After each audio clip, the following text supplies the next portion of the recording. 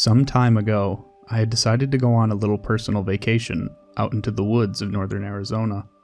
I was experiencing a sort of malaise that was really messing with my creative flow, and I needed a chance to really knuckle down and just enjoy the natural world again. I had spent 6 days out in the wilderness, just enjoying the feeling of being in nature, but the night of day 7 was one I'll never forget. Noise. Something was waking me up.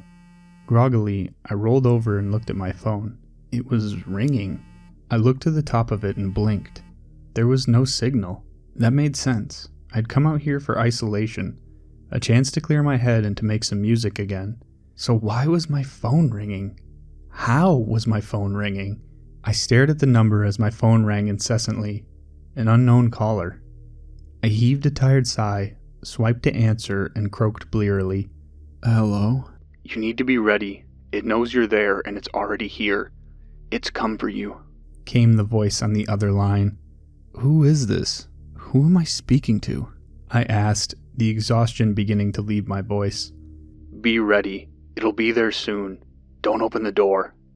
The line went dead. My phone blinked and the words "signal lost" flashed on the screen. I rubbed the sleep from my eyes and wearily watched my phone, waiting to see if it would ring again. I must be losing it, I murmured, placing my phone back on the nightstand and rolling back over to go to sleep. That's when the house thundered. Booming knocks shook the glass of the windows and rattled the glassware. I spun to the door of my room and my mouth dropped. My door was closed, but it was shaking like something was trying to get in. 3 knocks in short succession thundered against my bedroom door. I didn't remember locking it. The only door I locked was the front. It was the only one I figured I needed to out here. The angered knocking came again. 3 strong blows, and then the rattling began anew. It shook the door, and as I watched, I saw the frame begin to crack. My phone rang, and the rattling stopped. Sparing a glance, I snatched it off the nightstand and looked at the number. Unknown caller again. Shakily, I swiped to answer the call and brought the phone to my ear, saying nothing. It knows you're in there. It isn't going to be polite for long. Get under the bed and hide.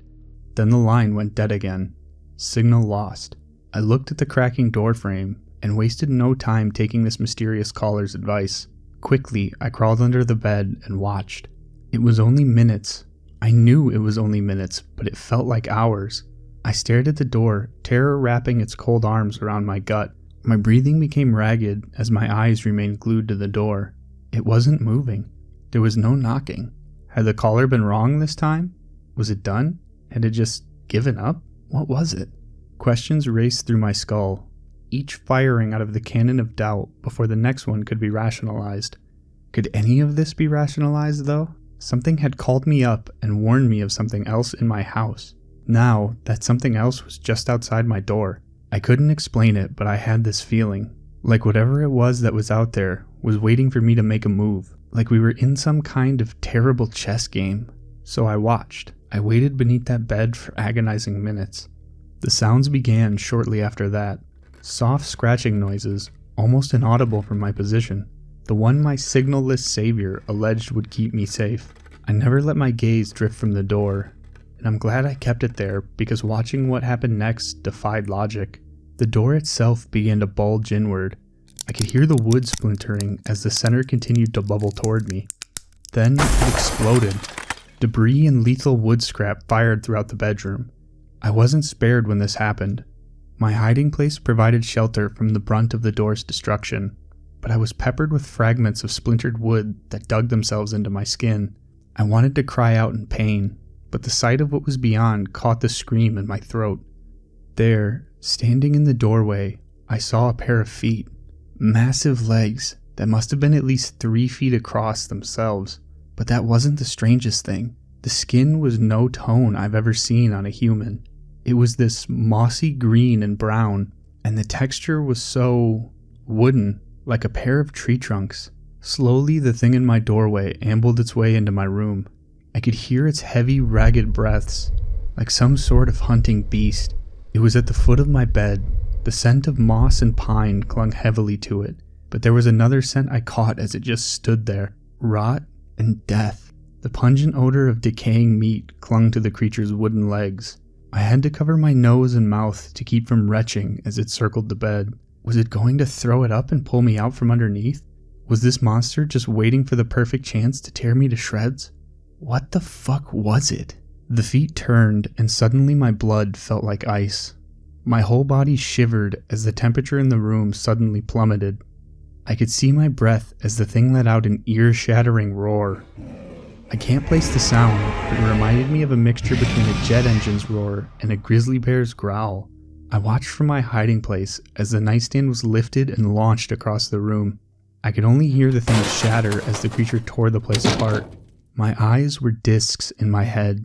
My hands were clamped over my mouth to hide any sounds of breathing or whimpering. But just as it spun to face the bed, it stopped.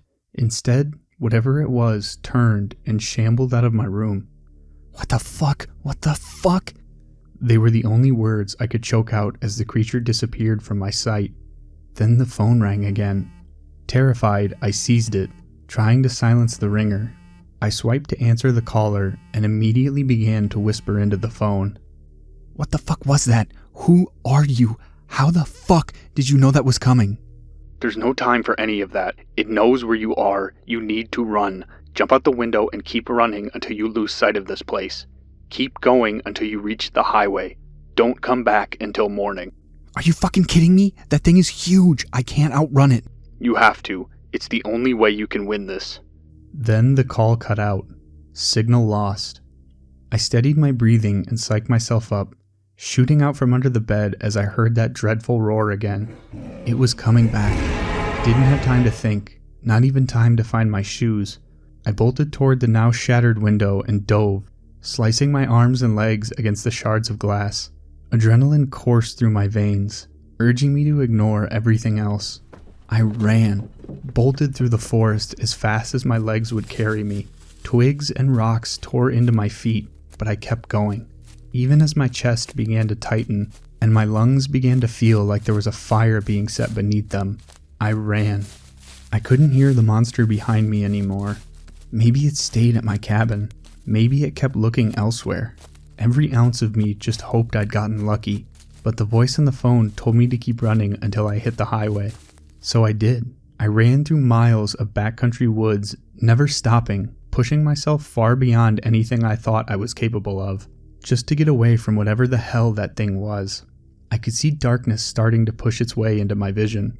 My legs were beginning to feel like they were made of stone. My body ached, and every muscle screamed for me to stop, but I kept pushing. When I burst through the tree line onto the road, I stopped. Almost instantly, I began sobbing and dropped to my knees. I gazed up at the moon as my phone began to ring again. I pulled it out of my pocket and looked at the number. Before I could do anything else, darkness overtook me. I woke the following day in a hospital bed. Apparently, someone had discovered my unconscious and bloodified body on the side of the road. The sheriffs had a million questions, none of which I had a good answer for. They thought my story sounded like something I had made up, but when they went to the cabin, many of them were singing a different tune. It looks like you got lucky and escaped one of the biggest bears I've ever seen. Didn't find it, but the claw marks in the wood make it look like a damn dinosaur. Grizzlies are huge, son, but not even they leave marks like that. When I asked about the phone calls, they just shook their heads. There's no cell service that far out. You might have imagined that part and everything. It took me over a week to recover from my injuries. I was told I had lacerated a tendon in my right arm, and that it never quite functioned the way it had before. That was the arm I used to play guitar, and to this day, there are still certain notes my fingers just can't quite nail anymore. The day of my discharge, I was given the things that they had found me with and given an escort back to the cabin. The debris was mostly cleaned up by the time I arrived to collect my things, but the damage to the building itself was visible, and the cops were right. Whatever the hell it was that came after me that night must have been massive to leave the marks it did so deep in the wood. I checked my phone as I crossed the threshold of the house to gather my things inside. No signal. Well, thanks whoever you were, I muttered, gathering what stuff was left after the attack. To this day, I don't know who called me, or what it was that was in that cabin, but frankly, I don't think I want to know.